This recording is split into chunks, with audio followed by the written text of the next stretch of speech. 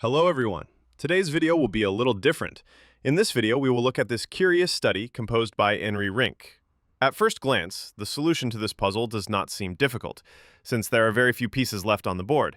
However, this is only the first impression. To find the correct answer, we need to understand the idea behind this study and make a plan of action. So, in this position, it is white to move, and the goal is to win. Pause the video if you want to try and find the answer on your own. But before I show you the correct solution, I would like to ask you to like the video and subscribe to the channel. Now, let's first look at the move that might come to mind right away, and more importantly, why it is incorrect. For example, rook to c7. At first, it seems good. We attack the opponent's queen and force it to retreat. But very soon, it becomes clear that our rooks are placed quite poorly. Black simply retreats with the queen to e6. First of all, this blocks all access for our rooks to the 8th rank, which means it is now impossible for us to checkmate the black king. And secondly, the black queen suddenly has a huge number of ways to check our king on the next move. White, of course, has no way to defend against all of these checks. So now we are left with two options. Either we endure all these checks, or we try to give checks ourselves. For example, rook to a7, but then black simply runs with the king to b8. And after rook to b8 check, the king escapes to c8. Obviously, we cannot deliver checkmate here, and the position simply ends in a draw. The second thing we need to notice, apart from the fact that we must not allow the queen to leave the 8th rank, is the main idea that will appear in many variations of this study. For example, let's say we make some move. I'm just showing the idea itself here. And if in this position, the black queen retreats far away from its king while still staying on the 8th rank, then we play rook to a7. Pushing the black king back, and after that, since the queen remains on the 8th rank, we play rook to a8. We sacrifice one of our rooks, but in this way, we win the opponent's queen, and accordingly, win the game. This is exactly the technique we must use, but first, let's see why the move rook to e7 is still incorrect. Of course, black is not obliged to go with the queen to f8 or h8. It is enough for them to play queen to d8, checking our king. And now, it doesn't really matter what we do. If we block, the queen escapes along the diagonal. And if we retreat with the king, then black simply plays queen to f8 with check. After we, for example, block, the queen once again escapes along the diagonal. And the result is simply perpetual check and accordingly a draw. Since queen to d8 check is so dangerous for us, one might think that the correct move is rook to d7, blocking this option for black. However, it is also important to notice that the black queen still has the b8 square, which is also very dangerous for us. Now there is a threat of check from either b2 or h2. The only way to try and defend against this is to play king to c1. But then the black queen has the move queen to f4, and of course, the result is still a draw.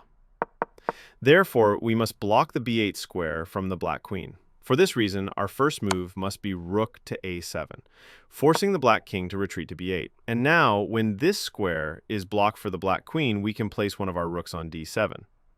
Now the question is, which rook should we move there? If we go with the rook from g to d7, then black retreats with the queen, and it turns out we cannot play rook to d8, since our rook on a7 is left hanging. Instead, we must go with the rook from a to d7, and now the queen cannot leave the 8th rank, since it would immediately be checkmate with rook to d8 or rook to g8. Also, the queen cannot move anywhere along the 8th rank, because in that case, we play rook to b7. And as I showed earlier, we use the main idea of this study and simply win the queen. Thus, after rook to d7, we force the black king to retreat back to a8.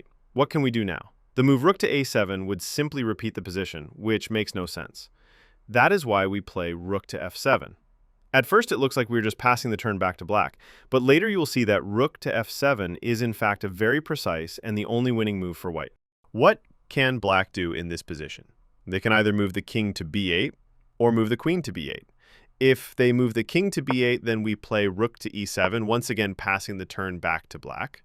Now they cannot move the queen, since leaving the 8th rank is still forbidden, and if they retreat along the 8th rank, we use our signature idea. The king is forced to go back to a8, and here follows rook to c7.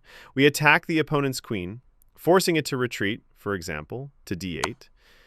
We then play king to c2, and the checks for black are over. Now they are forced to either go with the queen to b8 or move the king to b8.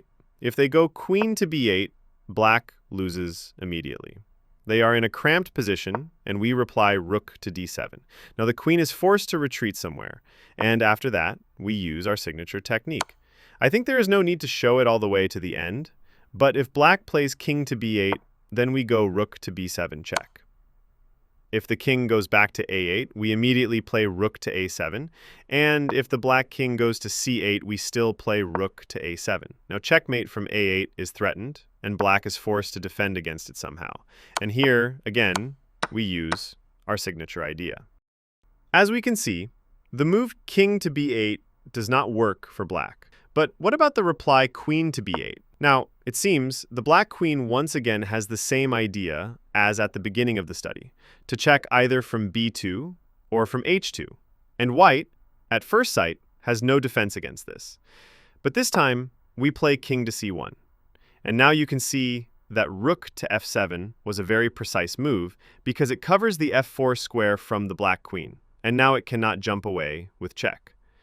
Since the black king is completely locked in, black is forced to move the queen. The only option is queen to c8 check. We, of course, block with our rook on c7. Now the queen is forced to retreat back to b8, and we block all the remaining pieces of black and reach the position we already analyzed. The queen is forced to retreat, and we achieve a beautiful win in this position.